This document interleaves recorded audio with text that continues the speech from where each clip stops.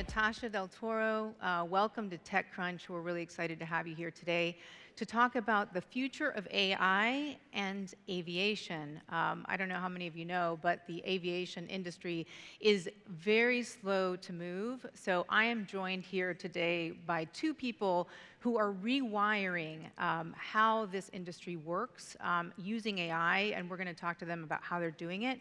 That cool video you just saw is Epic Aircraft, which is an Oregon-based aviation startup. It produces, they hand build the world's fastest FAA certified all carbon fiber, single engine turboprop planes. So they're going to talk to you about how they're using AI to move this industry forward. So I'm going to go ahead and introduce them. To my left here, we have Tanya Eves, who is the owner and the head of business development at Epic Aircraft. Tanya, welcome. Hi. Hi. We also have Doug King. I know some of his employees call him the king of Epic. He is the CEO of Epic Aircraft. So we're going to talk to both of them today. They both have deep aviation experience. They're both pilots. In fact, Doug, did you fly here? Of course. From Oregon? Yeah, he actually flew his plane here from Oregon. I knew that these people did things a little differently when during our prep call for this panel, we were on a Zoom, and Doug actually was flying his airplane from Eugene, or no, you were from Bend, Oregon to Eugene. So in the space of the Zoom call, he actually flew his plane and landed in another city, which is sort of taking texting and driving to a whole new level. Well, let's dive into the conversation today. Tanya, why don't we talk about the vision? What is the vision at Epic Aircraft, and what makes it different than other legacy manufacturers that are out there? You know, Epic is a new aircraft. We certified it not a long time ago.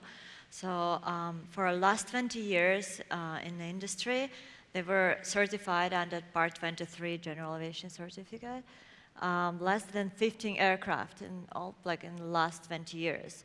And most of them were certified by legacy companies that already had at least one airplane in their fleet. And mostly they were leveraging the technologies they were invested for last 40 years ago or even more. That's why actually all the aircraft look very similar. Like aluminum production, for example. So, and the Epic is the only one newcomer that just certified a new aircraft. And actually we invested in all the new technologies, like carbon fiber. Actually we bond airplane, we don't put bolts in it. And yeah, and also I think it's about the spirit. You know how my story with Epic started? It started from Las Vegas, where a really good friend of my family, Philip, and he's an amazing pilot. When he was asked, Philip, what is the best plane you want to fly? He said, you know, I know one experimental airplane down in Oregon. Actually, I think that's the best plane I would want to fly. Actually, this is how a new certification history of Epic kind of started. And I think it's an airplane made by pilots for pilots. Yeah. That's also gives this spirit. Right. Yeah, and speaking of design, I mean, so you have the world's fastest FAA certified single engine turboprop plane, and you guys made very specific design decisions. Talk to me about the design decisions that you all made to make it go so fast. Well, what makes Epic really special is that we took a large engine, and from the start, most airplane companies start trying to get through certification by starting with a small engine and working their way up and adding a bigger engine. We started with the largest engine we could buy and built an airplane around it, all out of carbon fiber. So we ended up with something that has a 50% more power to weight ratio than most of our competitors. It climbs fantastic, it goes fast, it goes far, and it's highly pressurized, so you're comfortable at 34,000 feet in a single engine turboprop. We actually have an image of just how light it is. This is an image of two people that are holding up the fuselage of the plane. So the fact that two people can hold it up just goes to show you how light it is, which is why the plane is able to go as fast as it does. So let's talk about FAA certification, which is a big deal here. It's not easy to certify a new plane. You guys were able to not only, you built a new design and you were able to certify it. Now, Doug, I know you were very hands-on in this process. It took how long? 7 years? Or? Took 7 years. 7 years of your life. There's another image that we have of Doug. What is this? This is all the paperwork that I it used took? to have red hair before I started this. Those are actual stacks of paper. Those aren't photoshopped in. What we photoshopped out was the steel that held them up. So that's 85,000 pages. That's what it took to certify that airplane. It's an incredibly bureaucratic process, and it's very document focused. So when people say, what can AI do for aircraft certification? All you have to do is look at that stack of documents and use your imagination. It's pretty amazing. Right, and you guys used AI to certify your new plane in record time, right? Yeah, it really helps with this process, this bureaucratic process. You know, it's like when people say that AI is really helping the legal profession. Well, it's really helping us as well. It not only helps with creating the documents, but it helps do engineering work. And I used it in a flutter case, which is a very obscure thing that happens in airplanes where the wing potentially could wiggle. And we needed to take some 60-year-old Fortran code and fix the output of it. And we were able to I actually did this at night myself, just went in to ask the large language model to write code to fix it. Wow. And it did, and it worked, and we submitted it and passed, and it was just like that. And Right. so, this is where, the CEO of an airplane company can actually write some code to fix a report and get it into the FAA. That just couldn't happen without that. And Tanya, I know that you are not just using AI to speed up the certification process, you're also using AI to assist pilots. Tell me about that. Yes, now like Epic pilots, they're using an AI tool helping to analyze their after-flight data. But AI is developing so fast, so for now, it looks like the tool they're using now, it looks like more showing up together your analytics, like showing you the data. But AI is developing so fast that we're actually now, the next step is definitely getting the recommendations and for the pilots, what they should fix, do differently. That's the next step. And we just certified Starlink internet on our board, so all our planes are with Starlink. And so now we can help our pilots during the flight. And for example, I'm not a professional pilot. For the pilot like I am, I would really need help, because I'm not flying every day. And second pilot is quite costly. So AI assistant would help. And I think that's very important now for the safety, for flight safety, because we're in general aviation, it's small aircraft, it's a lot of not professional pilots. Now we're doing together, we invested in one Silicon Valley startup that we think doing the best during the flight analytics.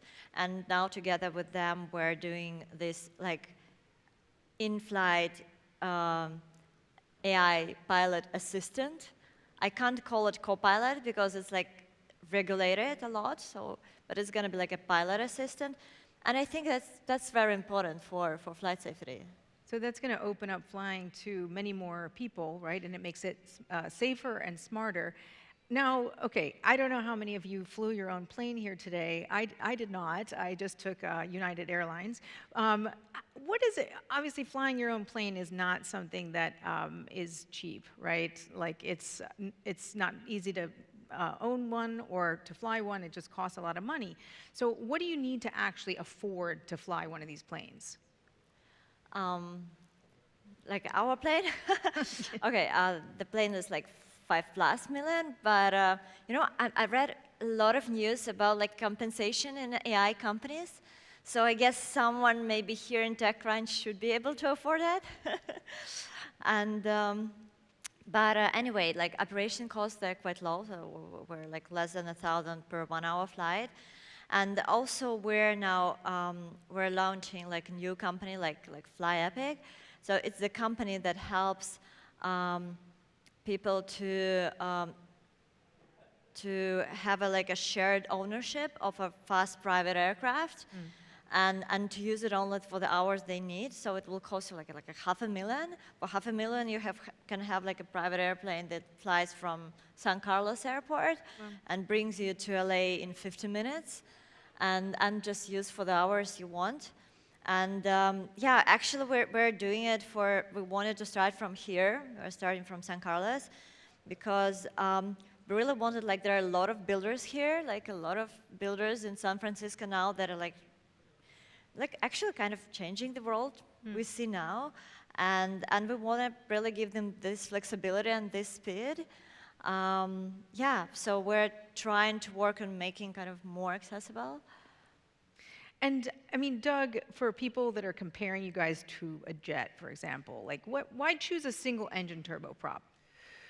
Well, we can get in and out of San Carlos and Palo Alto, and you don't see any jets there. So that's first of all. So you're able to access a lot more airports. You know, there are more airports, small airports, in the United States than there are drive-through lanes at McDonald's. So they're everywhere. You know, people that don't fly, they just don't know that they're out there. And there's a ton of them just in the Bay Area.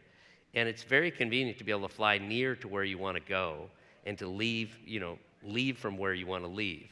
So, you know, being able to fly out of Palo Alto, put, 4 or 5 people on board, take off and fly to Denver, go out and have a meeting and come back, it's really kind of an unfair advantage that you have.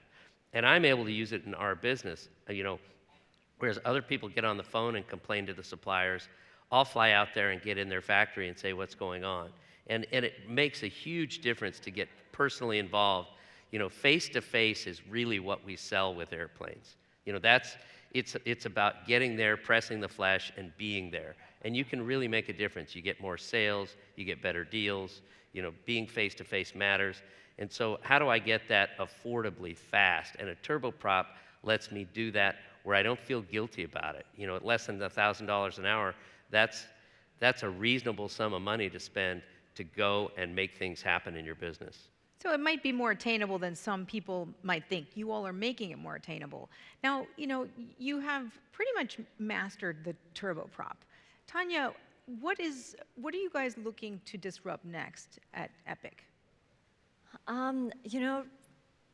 We already have done this hard thing, so this hard start, so we invested in technology. And again, like the only newcomer for last 20 years, And so we already invested in technologies. We built the production.